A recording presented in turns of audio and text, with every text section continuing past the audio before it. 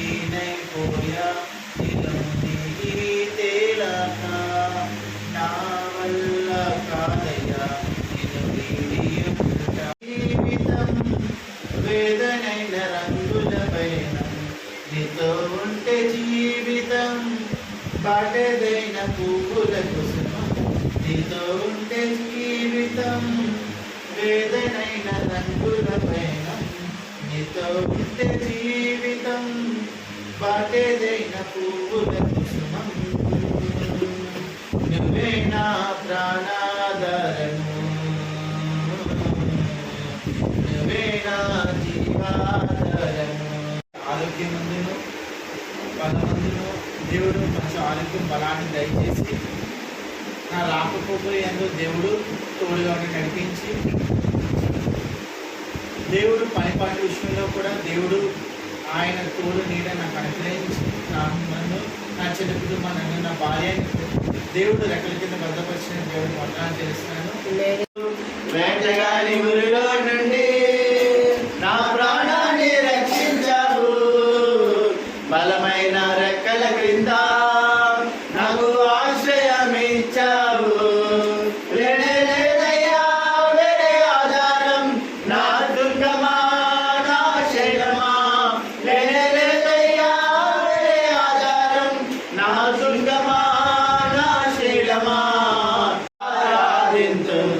నా పూర్ణ బలముతో సేవించేదన్ నా పూర్ణ మనసుతో ఆరాధింతున్ నా పూర్ణ బలముతో సేవించేదన్ ఆరాధన ఆరాధన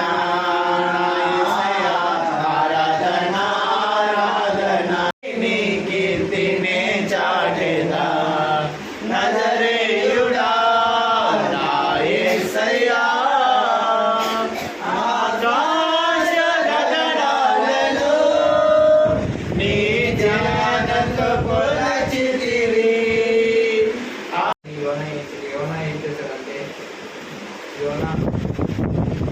ఇండియన్ పట్టణానికి దేవుడు ఇండియన్ పట్టణానికి వెళ్ళమని అక్కడ ప్రజలు మా ఘోరంగా ఉన్నారు పాపం చేస్తున్నారు అని దేవుడు ఒక మంచి యువనకి ఒక చెప్పాడు. అబ్జెక్ట్ యువన ఏం చేశాడు దేవుడి పని విడిచిపెట్టి అంటే దేవుడి పని చెప్పిన పని ఏంటంటే చేయలేదు ఆయన నచ్చిన పని చేస్తున్నాడు. అంటే ఈ రోజులో మనం కూడా ఎవరన్నా అంటే దేవుడికి ఇవ్వాల్సిన సమయాన్ని మనం ఇవ్వలేకపోతున్నాం. దేవుడికి వాటిని చదివిన సమయాన్ని చదవలేకపోతున్నాం. మనం దేనికి కూడాను అంటే ఏంటంటే మనం దేవుడికి ఇవ్వాల్సిన సమయాన్ని విడిచిపెట్టేసి లోకానికి మనం రాజపడిపోతున్నాం. ఏంటంటే లోకానికి సరైన అయిపోతున్నాం. అంటే దేవుడికి మనం ఈ టైంలో మనం దేవుడికి సమయాన్ని ఇచ్చిపోయింది 7 గంటలకు రాజం రావాలి 7 గంటలకు మనం కృష్ణ గురించి రావాలి. కాబట్టి ఏంటంటే ఆలోచించాను ఎక్కడ అంటే దేవుడి మీద ఆధారపడట్లేదు మనం ఏంటంటే లోకంలో ఆధారపడుతున్నాం. కాబట్టి ఏంటంటే దేవుడు మనకి అంటే ఏంటంటే మనం సమస్యలకి లోబడిపోతున్నాం. సమస్యలకి ఏంటంటే సరెండర్ అయిపోతున్నాం. కానీ